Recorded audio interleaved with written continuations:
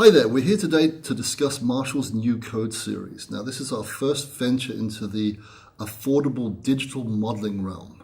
You just heard me playing the Code 25. This is a 25W 1x10 digital modeling amplifier. Actually, I prefer to say the word replica because a model can be a plane with eyes. A replica is one that looks like exactly like a plane. These replicas sound exactly like the amps they're supposed to. Now, one of the things people told us they didn't like about the amps that exist out there right now is on the cheaper ones, the more affordable ones, you couldn't see what you were doing. So if I wanted to add more treble to a sound I liked, and I turned the treble control, I didn't know where it was set in the first place. So how can I add or subtract to that? On ours, you can see everything. When you turn a knob, it shows you where it was and where it's gone to, so you're never flying blind, as it were. They also wanted to be able to name the patches, the presets, so you could remember them. So all of ours have a window, a screen, so you can see what you're doing on the amp, and then you can name it. And we have 100 presets on each amplifier, and you can overwrite all of them.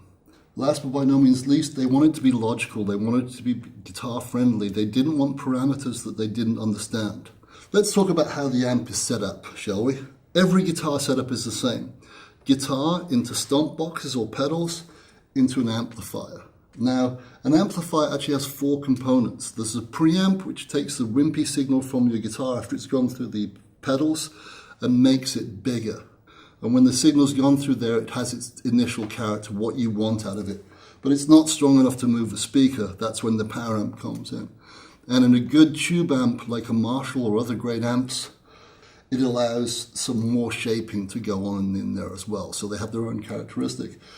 Another component, the third component, is the speaker or speakers that are being driven. Speakers are not just there to move wind like they are in a hi-fi setup.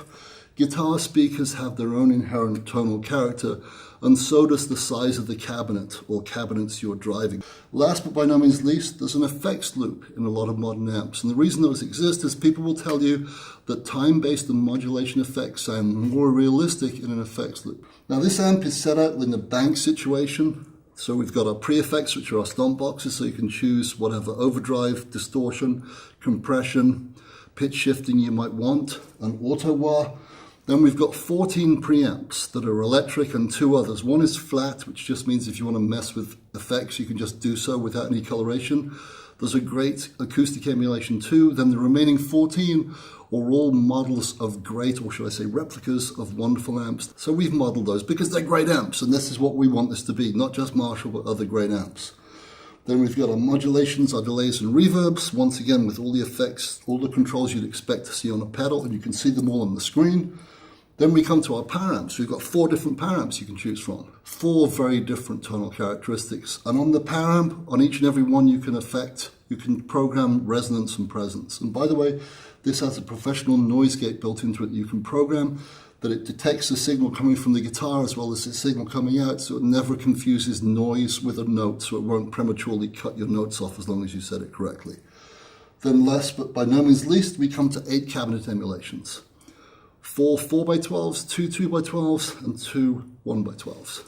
So if you do the simple math, 14 preamps, 4 power amps, 8 speaker cabinets, that's 448 possible combinations without turning any knobs or adding any effects. That's a lot.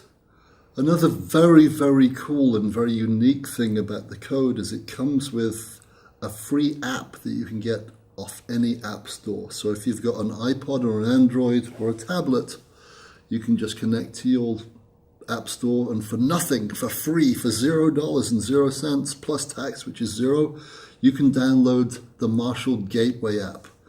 Anyway, as I said, talk is cheap, so enough of my yakking. Let's hear some of the code sounds, shall we?